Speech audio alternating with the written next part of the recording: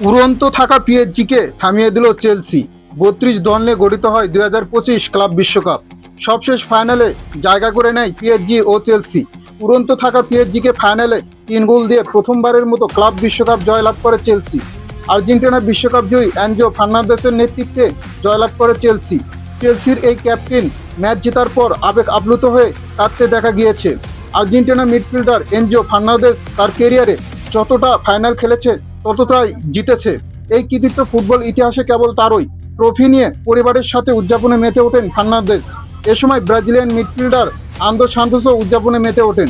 সেরা খেলোয়াড় নির্বাচিত হয়েছেন কোল পামার, সেরা গোলরক্ষক নির্বাচিত হয়েছে রবার্ট সানচেজ, সেরা তরুণ খেলোয়াড় নির্বাচিত হয়েছে ডিসিরে ডুও। ক্লাব বিশ্বকাপ জয়ের পর চেলসির আয় হয়েছে $129.5 মিলিয়ন। খেলা শেষে মেজাজ হারিয়ে জোয়াও পেদ্রোর মুখে আঘাত করে বসে পিএসজির কোচ লুইস এনরিক।